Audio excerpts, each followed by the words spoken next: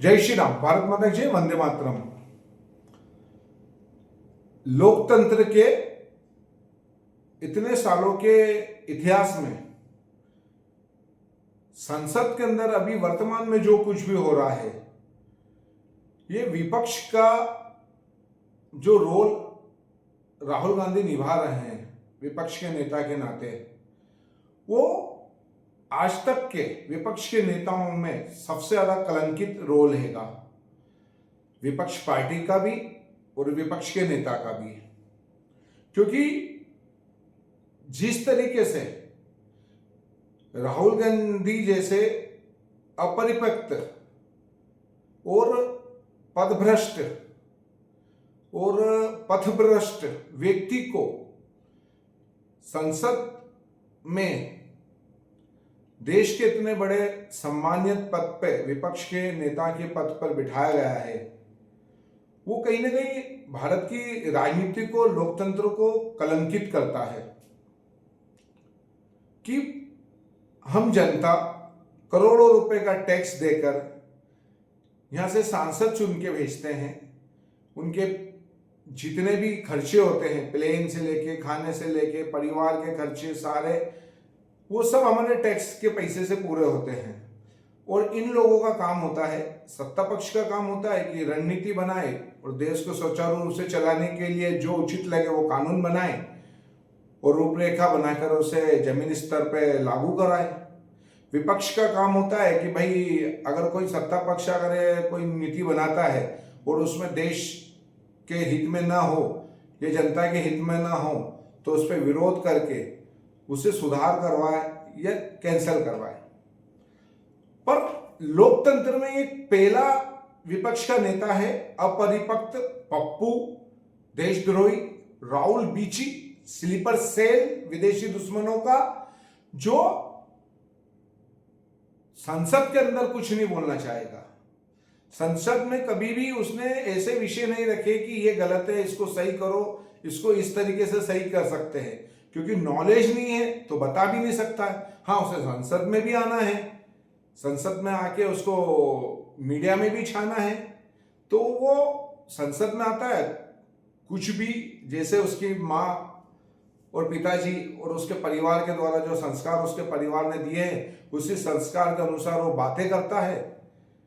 सम्मानित लोगों के विषय में जिस भाषा का इस्तेमाल किया जाता है, वो किस लैंग्वेज के लोग, कौन लोग करते हैं, वो हमारी जनता को मालूम है। इस तरीके की वो भाषा का उपयोग करता है, देश के जन नायकों का वो अपमान करता है संसद के अंदर। और जब सत्ता पक्ष उसे जवाब देने के लिए संसद में आता है तो फिर वो मच जाता है। एक तरफ वो कहता है कि हमारी बात नहीं सुनते हैं, कोई विषय वो रखता है, सत्ता पक्ष उसको बताते हैं कि भाई ऐसा नहीं, ऐसा होने वाला है, इस तरीके से ये चीजें तुम्हें तुम्हारे जॉर्ज सरोज ने, चीन ने और डीप स्टेट ने गलत जानकारी दी है, वास्तव में ये चीज वो सुनना ही नहीं चाहता है। उसे डीप स्टेट ने, जॉर्ज सरोज ने और उसके आकाओं ने जो बताया, बस वो बोल जाता संसद के अंदर और बच जाता है कि हमको तो सुनना ही नहीं है। हम क्यों? भारत की जनता सब देख रही है ये क्यों हो रहा है, किस लिए हो रहा है, किसके इशारे पे हो रहा है, ये सब जानती है जनता। पर जब इन्हें वोट नहीं दिए जाते हैं, इन्हीं हरकतों से हिंदू इन्हें वोट नहीं देता है, भारत के राष्ट्रवादी इन्हें वोट नहीं देते, तब ये कहते हैं अरे वोट चोरी हो गया, वोट चोरी हो गया।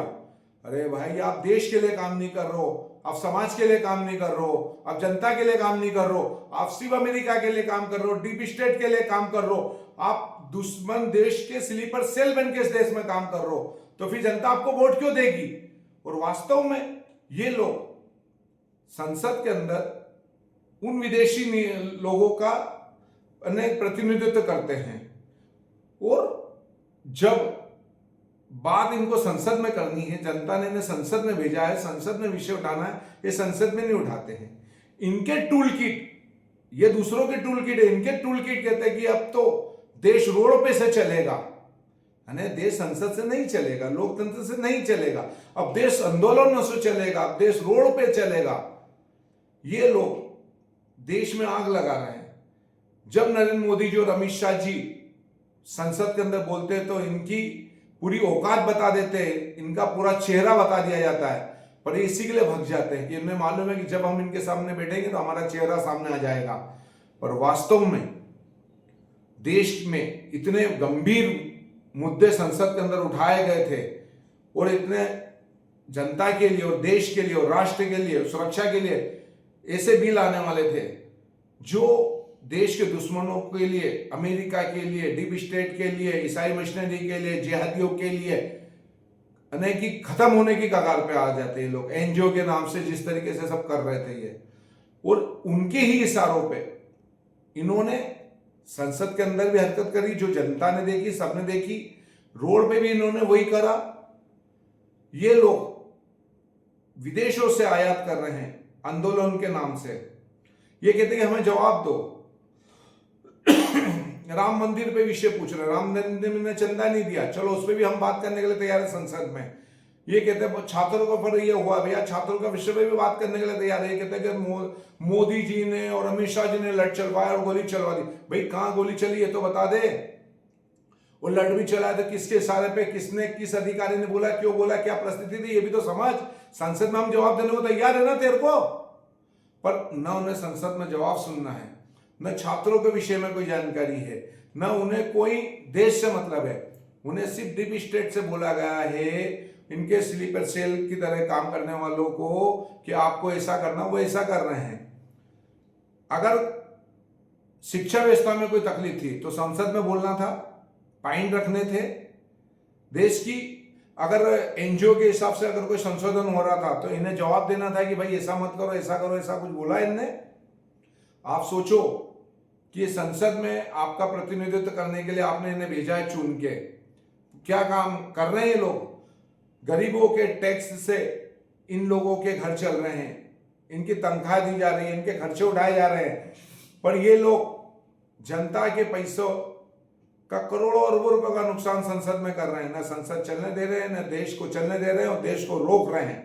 और देश को गाली देने वाले, देश को बदनाम करने वाले, देश को अस्थिर करने वालों को ये हीरो बना के साबित कर रहे हैं। अब जवाब जनता देगी, जवाब आप देंगे, मैं देंगे। अब इनके नेता आए तो उनसे पूछो कि तुम संसद क्यों नहीं चलने दे रहे, किसके सहारे पे नहीं चलने दे रहे। तुमने जो प्रश्न करे थे उसका जवाब तुम्हें संसद में मिलने वाला था, क्यों नहीं तुमने सुने। जय श्री राम, भारत माता की जय, वंदे मातरम, हिंदू हिंदू भाई भाई।